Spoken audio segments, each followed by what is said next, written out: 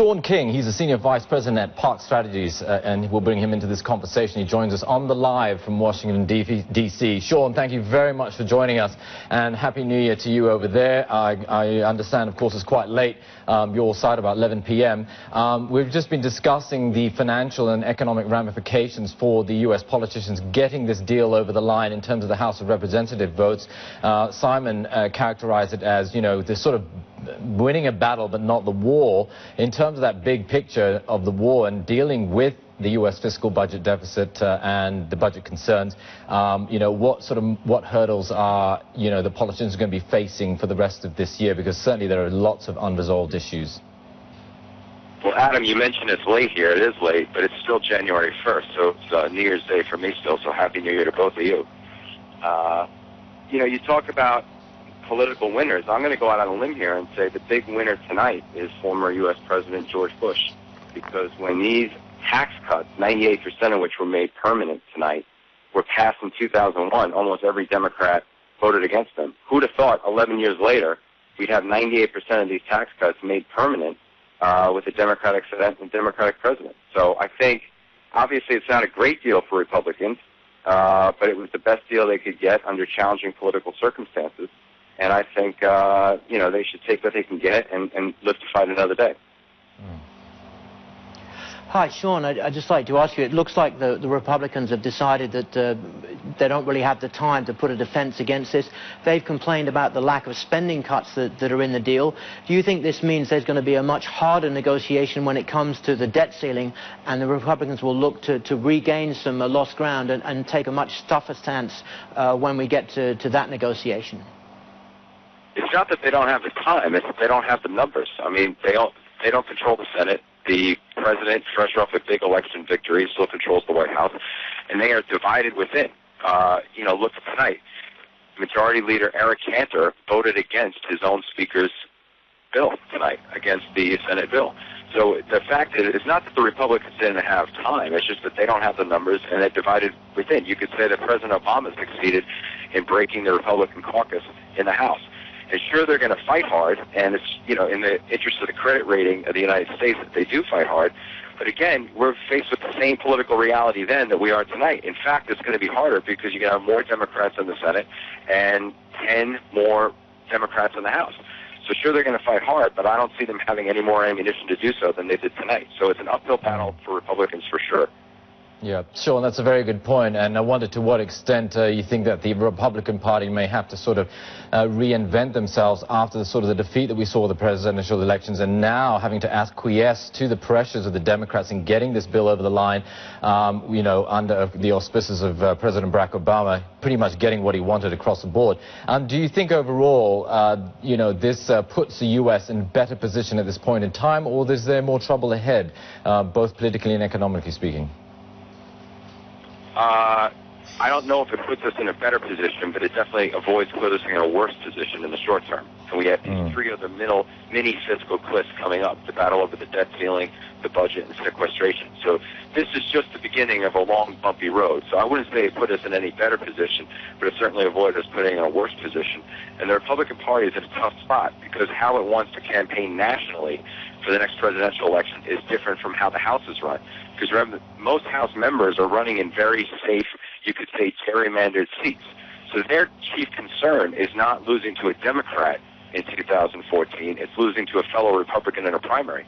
So they have no incentive to compromise, and that's why half of the Republican members of Congress voted against their own speaker tonight. So I think the Republicans are in a very difficult, soul-searching spot over the next few years, and it's going to be very messy and to Barack Obama's advantage.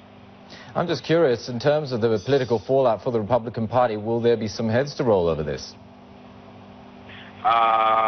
You could argue that John Boehner's speakership would be in danger, but really, who wants the speakership now in this perilous position? You know, you sort of, you know, in NHL hockey, it seems that like anybody who becomes the players rep on a team is the next guy to get traded. So I don't know who really wants to take a step up and take this job right now. In the Senate, one head who could roll, even though he's getting praise from the glitterati intelligentsia on TV, is Senator Mitch McConnell, the Senate Majority Leader.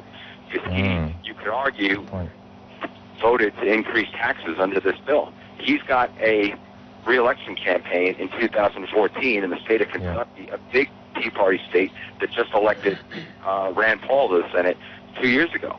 So he's got to really worry now about a Tea Party challenge from his right the next time he runs for re-election. Marco Rubio, the leading light from Florida for our party, maybe in 2016, he voted against the bill. Paul Ryan voted for it, Cantor voted against it. So we're all over the map. I don't think we have any idea where we're going or what we're doing. Okay, just stay with us, Sean. I want to get back to Simon Gross-Hodge.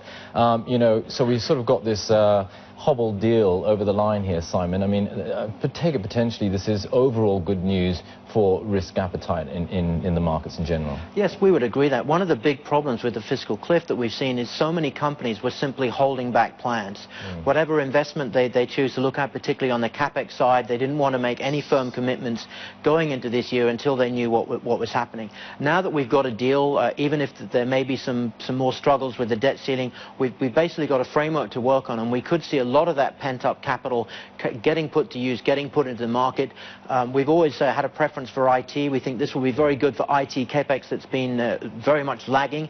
That's going to be a good area. So just the removal of some of the uncertainty should allow a lot of companies to make longer-term plans, and that should be a benefit. Plus the fact, as I said, this pretty much guarantees we're not going back into recession. And again, that should make companies be a little bit braver in terms of reaching out into the market. Right. Yeah. Sean, Simon was just talking about the certainty, and you know, markets absolutely love certainty. We can see the rally unfold out here in Asia. Everything across the board is rising in both FX and also equities.